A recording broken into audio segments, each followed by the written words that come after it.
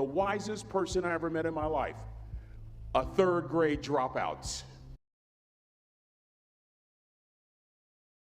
Wisest and dropout in the same sentence is rather oxymoronic, like jumbo shrimp.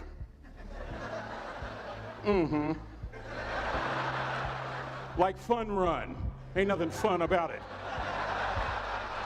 Like Microsoft Works, y'all don't hear me.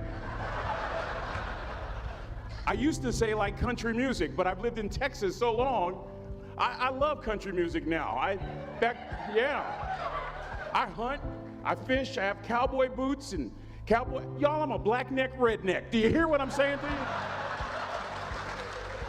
No longer oxymoronic for me to say country music. And it's not oxymoronic for me to say third grade and dropout.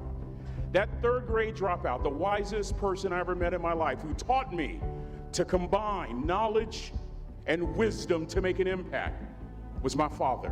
A simple cook. Wisest man I ever met in my life. Just a simple cook. Left school in the third grade to help out on the family farm, but just because he left school doesn't mean his education stopped. Mark Twain once said, "I've never allowed my schooling to get in the way of my education." My father taught himself how to read, taught himself how to write, decided in the midst of Jim Crowism, as America was breathing the last gasp of the Civil War, my father decided he was going to stand and be a man. Not a black man, not a brown man, not a white man, but a man. He literally challenged himself to be the best that he could all the days of his life. I have 4 degrees. My brother is a judge. We're not the smartest ones in our family. It's a third grade dropout daddy. A third grade dropout daddy who was quoting Michelangelo, saying to us, "Boys, I won't have a problem if you aim high and miss, but I'm gonna have a real issue if you aim low and hit."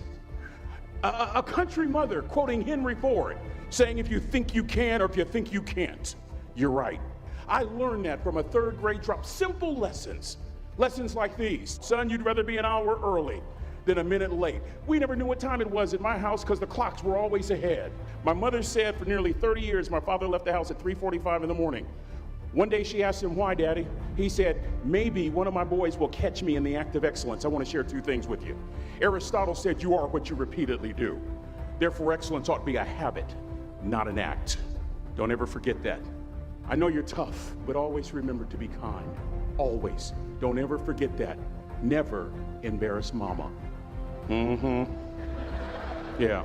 If mama ain't happy, ain't nobody happy. If daddy ain't happy, don't nobody care. But you know, I'm trying to tell you.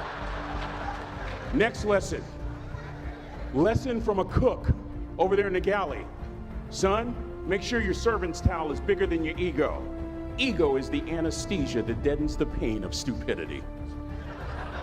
Y'all might have a relative in mind you want to send that to. Let me say it again. Ego is the anesthesia that deadens the pain of stupidity. Pride is the burden of a foolish person. John Wooden coached basketball at UCLA for a living, but his calling was to impact people. And with all those national championships, guess what he was found doing in the middle of the week? Going into the cupboard, grabbing a broom, and sweeping his own gym floor. You want to make an impact? Find your broom. Every day of your life, you find your broom. You grow your influence that way. That way you're attracting people so that you can impact them. Final lesson. Son, if you're going to do a job, do it right. I've always been told how average I can be. Always been criticized about being average. But I want to tell you something. I stand here before you, before all of these people, not listening to those words, but telling myself every single day to shoot for the stars, to be the best that I can be. Good enough isn't good enough if it can be better, and better isn't good enough if it can be best. Let me close with a very personal story that I think will bring all this into focus. Wisdom will come to you in the unlikeliest of sources, a lot of times through failure. When you hit rock bottom, remember this. While you're struggling, rock bottom can also be a great foundation on which to build and on which to grow. I'm not worried that you'll be successful. I'm worried that you won't fail from time to time. The person that gets up off the canvas and keeps growing, that's the person that will continue to grow their influence. back in the 70s, to help me make this point, let me introduce you to someone. I met the finest woman I'd ever met in my life. Back in my day, we'd have called her a brick house. This woman was the finest woman I'd ever seen in my life. There's just one little problem. Back then, ladies didn't like big old linemen. The Blind Side hadn't come out yet. They like quarterbacks and running backs. We're at this dance, and I find out her name is Trina Williams from Lompoc, California. And we're all dancing, and we're just excited. And I decide in the middle of dancing with her that I would ask her for her phone number. Trina was the first one.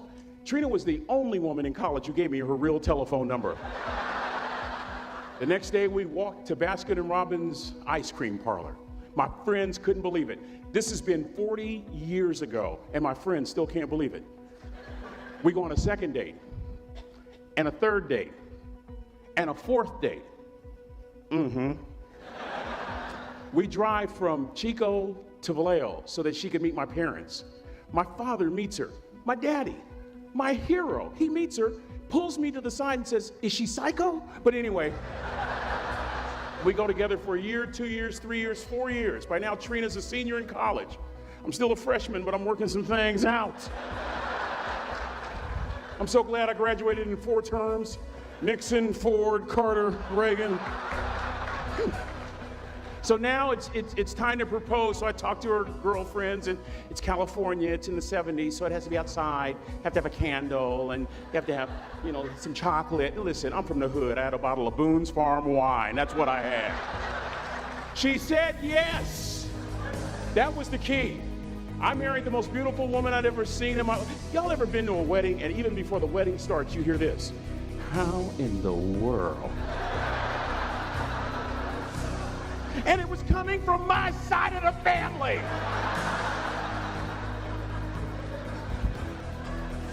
We get married, we have a few children, our lives are great. One day, Trina finds a lump in her left breast. Breast cancer. 6 years after that diagnosis, me and my 2 little boys walked up to Mommy's casket. And for 2 years, my heart didn't beat. If it wasn't for my faith in God, I wouldn't be standing here today. If it wasn't for those 2 little boys, there would have been no reason for which to go on. I was completely lost. That was rock bottom. You know what sustained me? The wisdom of a 3rd grade dropout. The wisdom of a simple cook. We're at the casket. I'd never seen my dad cry. But this time I saw my dad cry. That was his daughter. Trina was his daughter, not his daughter-in-law. And I'm right behind my father, about to see her for the last time on this earth. And my father shared 3 words with me that changed my life right there at the casket. It would be the last lesson he would ever teach me. He said, "Son, just stand. You keep standing. You keep standing, no matter how rough the sea, you keep standing." And I'm not talking about just water. You keep standing. No matter what, you don't give up. And as clearly as I'm talking to you today, these were some of her last words to me. She looked me in the eye and she said, "It doesn't matter to me any longer how long I live. What matters to me most is how I live." I ask y'all one question, a question that I was asked all my life by a 3rd grade dropout. How you living? How you living? Every day, ask yourself that question, how you living? Here's what a cook would suggest you to live this way. That you would not judge, that you would show up early, that you'd be kind, that you'd make sure that that servant's towel is huge and used, that if you're gonna do something, you do it the right way. That cook would tell you this, that it's never wrong to do the right thing, that how you do anything is how you do everything. And in that way, you will grow your influence to make an impact. In that way, you will honor all those who have gone before you, who have invested in you. Look in those unlikeliest places for wisdom. Enhance your life every day by seeking that wisdom and asking yourself every night, how am I living? May God richly bless y'all. Thank you for having me.